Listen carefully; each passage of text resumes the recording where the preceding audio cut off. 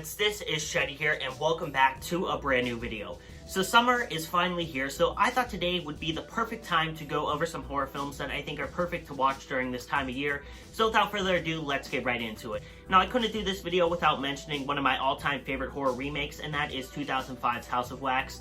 Now I do realize I talked about this in my last video. I compared that to the 2009 reboot of Friday the 13th. So I'll keep my thoughts on this brief, and if you haven't seen that video, go check it out to see my full-length thoughts on both the films.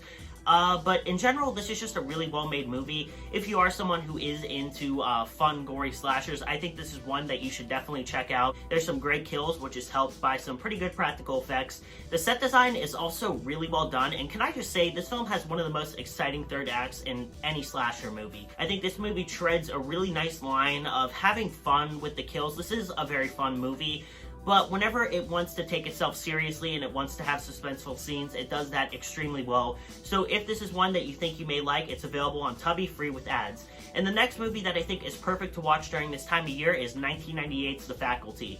Now obviously, I'm a pretty big fanboy of Robert Rodriguez, and while I can see why many people don't like his style of filmmaking, this is a pretty great sci-fi horror movie. In fact, this is probably the least Robert Rodriguez-esque movie in his whole filmography, and that's mainly attributed to the fact that this was penned by Kevin Williamson, who also worked on Scream and I Know What You Did Last Summer. So tonally, this is very similar to both of those films, but story-wise, it has elements of Invasion of the Body Snatchers and The Thing, so if that sounds like your thing, you should definitely check this out. The cast is also great. It's filled with a lot of stars, but this was kind of before a lot of them made the movies that made them so big, so it's a really cool time capsule of those actors in this time period specifically. Really, my only gripe with the film is some outdated special effects, but other than that, I think this is a really fun time. So if you are interested in checking this out, it is available on Pluto TV free with ads, and it's also available on Amazon with Paramount Plus edition.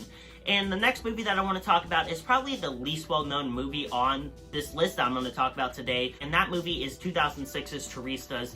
Now, this was released in the wake of Hostel and Saw, and as I said many times before on the channel, those two movies were extremely influential on the horror genre, and they set a tone going forward for horror that we would see be emulated up until the late 2010s. And as a result of this film being released during this time period, it was sort of deemed as being a ripoff of both those films, mainly Hostel in particular. And while I definitely can see the similarities, I mean, both films are about a group of tourists in some foreign country who get involved with some scheme, and one by one they begin to get picked off. But I think this film is different enough to the point where it sticks out. One thing that I absolutely love about this film is the setting. I think Brazil is gorgeous and the cinematography is incredible. I especially love the use of rain. And I really like the synopsis of this movie too. The idea of, you know, the backpackers getting stranded in some small town where essentially they trap tourists and harvest their organs. That's something that's really realistic. It happens in real life, which I think just adds to the realism of this and makes it even more scary. And yeah, this is a pretty great film. There's some really great practical effects as well, especially during certain autopsy scenes, but it's not really played for fun unlike House of Wax, and this was released a year later after that. The third act of this is a bit disappointing in my opinion, mainly just because of how great the first two were, and they go for a bit more of a cliche ending. But other than that, I really enjoyed this, so if you are someone who likes films like Hostel or any other similar films that came out during this time period, I would definitely recommend checking this out, and it's available on HBO Max and Amazon with an HBO add-on. And the next movie on the list is kind of a controversial one, and that is Jeepers Creepers. Now obviously, some of you may know the controversy involving this director, but I think if you take that out of the equation, this is a pretty solid film.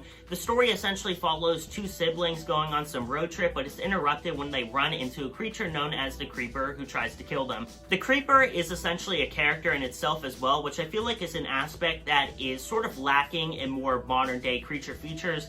And the Creeper also looks incredible, the makeup is great, and it just feels so authentic rather than most of the CGI stuff that we see nowadays. And also, this came out in the wake of Scream. In the early 2000s, films were still kind of being meta, so there are some actually pretty funny moments throughout, and I think the direction is also really solid. And similar to House of Wax, I think this treads the line really nicely of having funny moments, but there's also some generally terrifying moments, especially during the finale, and the finale is also really exciting. So if you are someone who does like these creature type movies, I think this is one that you should definitely check out, and this is available on Amazon with a Stars add-on. And the final movie that I'm going to be talking about today is the 2009 reboot of Friday the 13th. And yes, I do realize I talked about this in the last video, but I couldn't do this list without mentioning this movie because I think it's the perfect summer slasher, and I think this is pretty great as far as reboots go. I know there's a lot of people who despise a lot of these horror remakes, but I think this does a really good job of sort of emulating some of the aspects of the original while still, you know, doing its own new thing. And can I just say, this film has one of the scariest Jasons. He's really big and just terrifying, and he runs, which makes the movie a lot more exciting in my opinion. Also, this has some of the best kills in the entire franchise. And yeah, this is a pretty solid Friday the 13th film. If you are someone who is a diehard fan of the series, I can see your complaints with this because in a way it almost feels more like a Texas Chainsaw film rather than Friday the 13th. But at the same time, I enjoy that because Texas Chainsaw is one of my favorite film series. And also, it makes sense too because this was directed by the same guy who did the 2003 remake of Texas Chainsaw, which I think is another pretty great horror reboot. But yeah, guys, that is all the movies that I have to talk about today. I would like to do a part 2 to this because I think there's a lot of other really great films that are great to check out during this time of year. So if you would like to see that, make sure to comment down below and drop a like and subscribe and do all that stuff. And guys, I know it's been a little bit since I've uploaded, but I'll hopefully be back very soon with some brand new content. Anyways, this is Shai signing off. Peace out.